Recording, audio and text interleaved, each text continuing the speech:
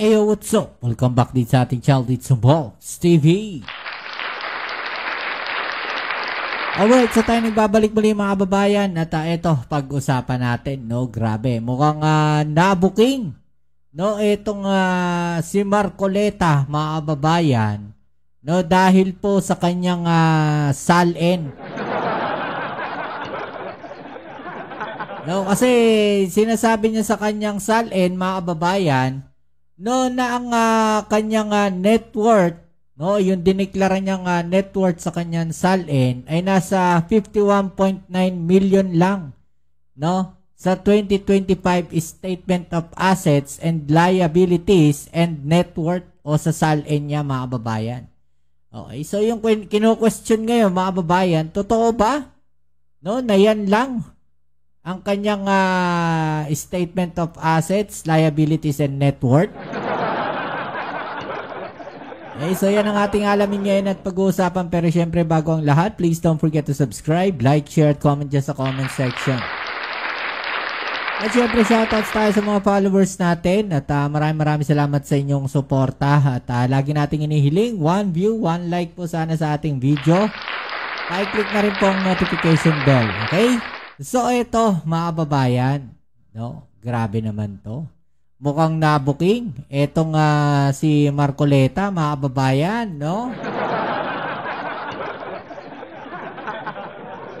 Sabi dito sa Bilyonaryo News Channel, how did Marcoleta spend 112 million with a 52 million net worth? Mukhang dito pa lang, di nakapanipaniwala, mga babayan. Senator Rodante Marcoleta declared a net worth of 51.9 million in his 2025 Statement of Assets. Sabi dito, liabilities and net worth. Yet his official campaign report tells another story, showing he spent 112.8 million during the recent midterm elections, all declared from his own funds and without receiving a single contribution, cash or in kind. Ibig sabihin, mga kababayan, lahat po ng kanyang ginastos na 112.8 million, no?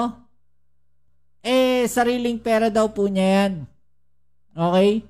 At yan po, sa kanyang declaration, wala po siyang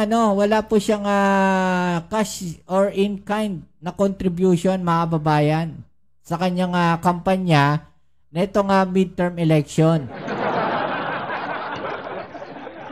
So paano nangyari, no, na 112 million yung kanyang ginastos, pero ang kanyang net worth lamang ay 51.9 million. Diba? Mapapaisip ka na lang talaga. Saan kaya nanggaling? No, yung ginastos niya na 112.8 million sa kanyang kampanya kung walang nag-donate sa kanya ng cash or in kind, mga babayan. Okay, so ito, panoorin natin yung balita para mas maliwanagan tayo at kayo na bahala magkomento, mga babayan. Sabi dito, patuloy na hinihimay ng Bilyonaryo News Channel ang isinapublikong salin ng mga senador. Ang 2025 net worth ni Senator Rodante Marcoleta kapansin-pansing mas mababa sa kanyang ginasta sa pangangampanya noong midterm elections. Agad itong pinuna ng isang election watchdog. Okay, so ito yung mga balita dyan, mga kababayan. Panoorin natin, ha. Patuloy na hinihimay ng Bilyonaryo News Channel ang isinapublikong salin ng mga senador. Ang 2025 net worth ni Senador Rodante Marcoleta kapansin-pansing mas mababa sa kanyang ginasta sa pangangampanya noong midterm elections. Ang tanong kasi natin dyan, saan galing yung kanyang ginastos na 112 million? Tandaan ninyo, mga kababayan, bago siya tumakbong senador, siya po ay kongresista. Ha? Kongresista po siya. Kung sinasabi nila na sa Kongreso ay talamak ang korupsyon, kasama kaya siya doon sa mga nangorap para sa halalan, mga babayan, para sa kanyang kampanya? Tanong lamang po yan, ano? Hindi po yan akusasyon. Nagtatanong lang po tayo. Kasi yun yung sinasabi ng ibang mga politiko eh. 'Di ba na kailangan nila ng pondo para sa halalan, 'di ba? So ano kaya? Saan kaya galing? No, yung kanyang ginamit sa kanyang kampanya, no, kung ganito lamang yung kanyang pera, mga babayan, na naka-declare sa SALN. 'Di ba? Agad itong pinuna ng isang election watchdog. Narito ang exclusive agenda report ni Joash Malimban. Ilang linggo na nakalilipas mula nang maging sentro muli ng usapin ang pagsasapubliko ng Statements of Assets and Liabilities o SALN ng public officials. I think that that all departments should be able to have the same transparency as we are setting in the Office of the Ombudsman, because everybody here, all the government officials have accountability issues, diba? We have to be accountable for everything we do. So, it's just right that people have access to it. Sa kasalukuyan, publicized na ang 2025 SALNs ng lahat ng senador, kabilang na si Senador Rodante Marcoleta. Ang kanyang declared net worth aabot sa 51.9 million pesos. Nakakuha rin ang Billionaire News Channel ng kopya ng Statement of Contributions and Expenditures o SOSE ng lahat ng mga senador na nanalo sa May midterm elections. Ayon sa SOSE ni Marcoleta, hindi siya tumanggap ng kahit na anong contributions, cash man o in-kind. Ayan. Dito makikita natin, mga babayan, cash contribution received, 0. No? In-kind contribution received, 0 din, mga babayan. No? Puro 0 yan, no? Ito po yung total election contribution received and expenditures incurred. No, incurred. Contributions received, itemized, and entries in the schedule of contribution indicate 00 if none received. No, ibig sabihin, nilagay niya 00 dyan, wala siyang na-receive. Mga babayan. Diba? Malinaw po yan, ha? Wala po siyang na-receive na contribution, no, para sa kanyang kampanya netong midterm election. Okay? So, tuloy natin. Sa kanyang naging kampanya. Pero ang kanyang kabuuang gastos aabot sa 112 million pesos. Mas mataas ng more than 100% kisa sa declared net worth niya.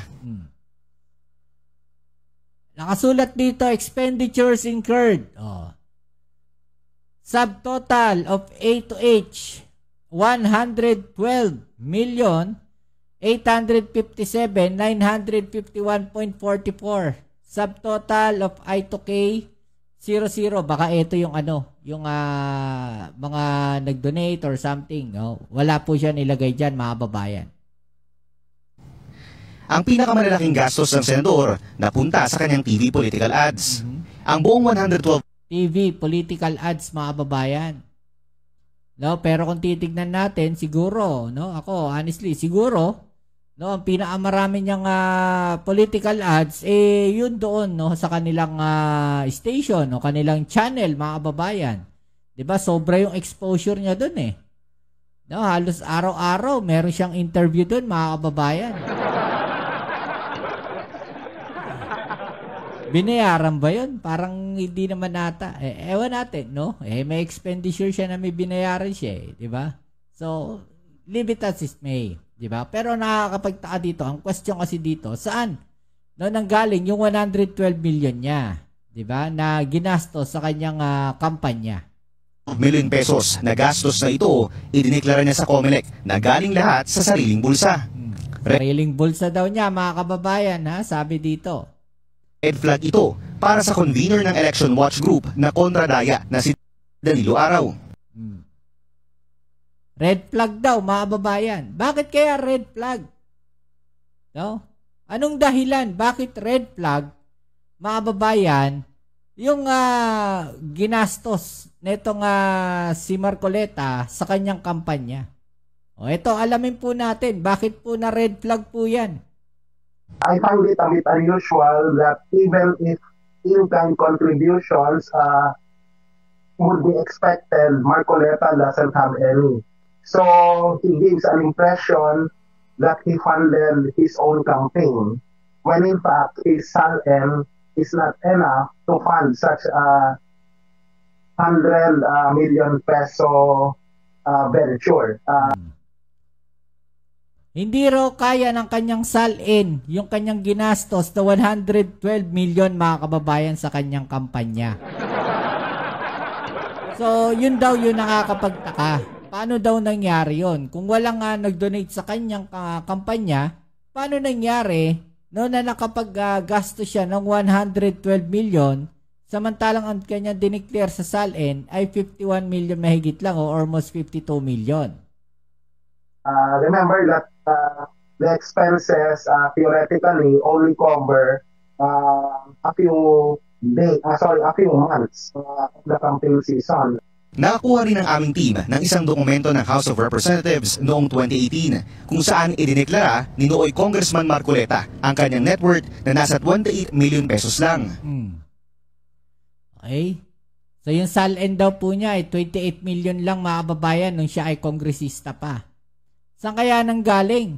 No? Yung kanyang pera ngayon na halos na doble mga kababayan. Ibig sabihin, halos dumoble ang kanyang declared net worth sa loob ng 7 taon. Hindi pa kasama rito ang ginastos niyang 112 million pesos noong nakaraang halalan. Sa kanyang 2025 SALN, walang declared na mga negosyo o business interest si Marcoleta. Diba? Wala siyang negosyo o kahit anong parang mga affiliations or kung ano man. No, si Marcoleta. So, saan nang galing yung kanyang ginastos mga kababayan? Nako po. Let this be a challenge to Marcoleta and to the public at large. It is hard to jump to conclusion as to whether or not there is corruption with a sudden increase in the net worth. Although it raises a lot of eyebrows, we should be demanding instead more information from the senator himself. He should come clean and to explain the circumstances behind the figures. Sinubukan namin kunan ng panig si Senator Marcoleta pero hindi pa ito sumasagot sa aming mga mensahe. Para sa agenda. Hindi sasagot yan, Giisip pa yan. O ano sa palagay ninyo mga kababayan? Kasi sinasabi dito na posible raw. No, parang merong touch of corruption daw mga kababayan. Parang ganun yung pagkakaintindi ko so ano sa palagay po ninyo, no? I-comment na lang sa ibabaan yung mga opinion at atin yung pag-usapan, alright? So yan muli, kita-kits tayo sa ating next video upload. Ito muli ang yung Kuya Mobs sa Mobs TV. Peace. I'm out.